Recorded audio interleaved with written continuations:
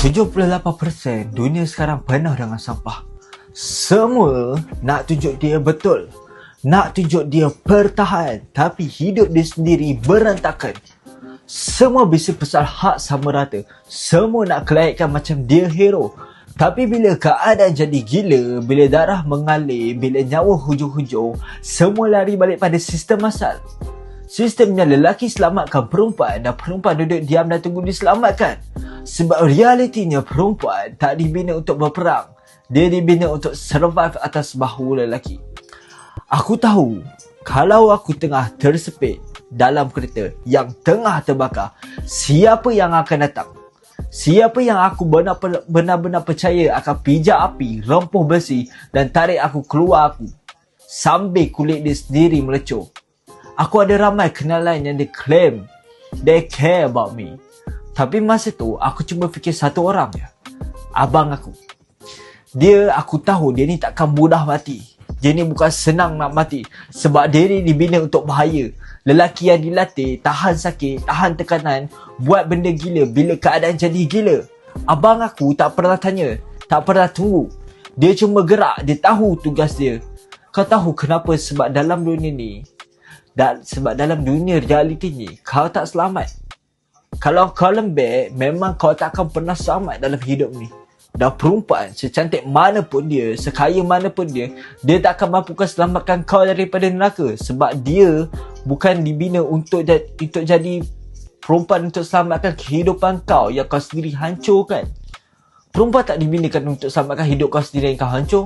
Dan perempuan hari ni sibuk nak jadi lelaki, sibuk nak compete, nak jadi alpha female. Bullshit. Nak I don't need a man. Tapi bila api datang, dia record. Bila nyawa tengah hilang, dia jerit. Bila bahaya sampai, dia hilang. Tapi still nak bercakap pasal hak sama rata. Kau nak sama? Okay. Masuk dalam kereta, terbakar, selamatkan aku. Aku akan masuk dalam kereta bakar. Kau selamatkan aku. Tak boleh. Then shut the fuck up. And go back to the kitchen. Masalahnya sekarang, lelaki pun jadi lembek. Sebab cuba ikut standard perempuan. Lelaki sekarang sibuk nak jaga feeling perempuan lebih daripada nak jaga maruah dia. Kau nak tahu kenapa aku tak respect lelaki macam tu? Sebab bila real shit datang, bila ada krisis, dia akan jadi macam perempuan. Panik, menangis, beku, sama-sama useless. Tak berguna langsung. Aku tak hina perempuan. Aku faham struktur dunia. Dan struktur tu, perempuan memang hebat.